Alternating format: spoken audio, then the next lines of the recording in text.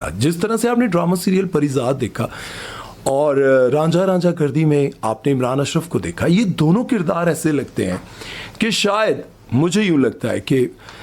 अहमद अली अकबर से ज़्यादा अच्छा ना कर सकता कोई परिजात, और भोले का किरदार शायद इमरान अशरफ से ज़्यादा कोई अच्छा ना कर सकता। और इंडिया की एक फिल्म थी जिसमें ऋतिक रोशन ने वो चिल्ले का किरदार अदा किया था। हाँ आ रहे हैं मुझे माँ सारा नज़र आ रहा है, वो ठीक है कोई मिल गया आई थिंक सो।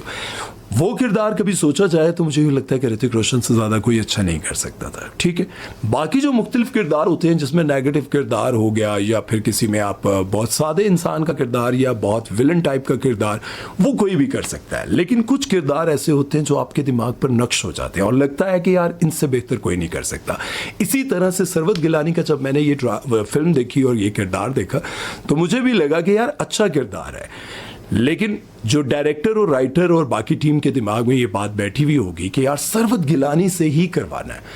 तो जाहिर है उनको उस वक्त लग रहा होगा कि सरवत गिलानी के अलावा हम किसी और को नहीं लेंगे। उनको बताया होगा कि आपके ये भी सीन्स हैं, इस तरह का भी सीन है, उसके बाद आपको इतनी पेमेंट मिलनी है, तो वो राज़ी हो गई होंगी।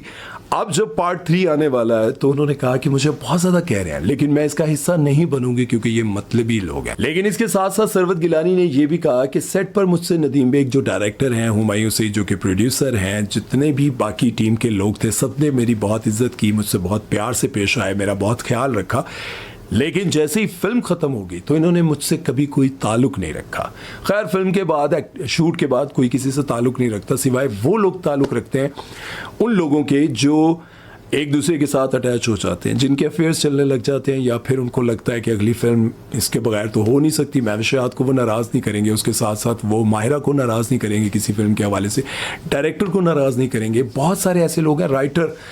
बल्कि हुमायूं सईद खुद कई बार कह चुके हैं कि खलील साहब हमें गालियां देते रहते हैं, हम हंसते रहते हैं। और कई बार तो मैं नदीम बेग जो डायरेक्टर हैं उनके बारे में कोई बात करके तो नदीम को गालियां पड़वाता हूं, और कभी नदीम जो है वो मेरे बारे में खलील साहब को कोई झूठी बात करके मुझे गालियां पड़वा, और खलील साहब हमें गालियां सच में देते हैं, ब्लॉक भी कर देते हैं उसी वक्त, और कह देते हैं कि आज के बाद मैं तुम्हारे साथ कभी काम नहीं करूंगा, तुम इस काबिल नहीं हो कि तुम्हारे साथ काम किया जाए। मुझे भी कह देते तुम इस काबिल नहीं हो कि तुमसे नाराज हुआ जाए। खलील भाई की तो बात ही अलग है, भाई किसी भी बात कुछ भी हो सकता है। लेकिन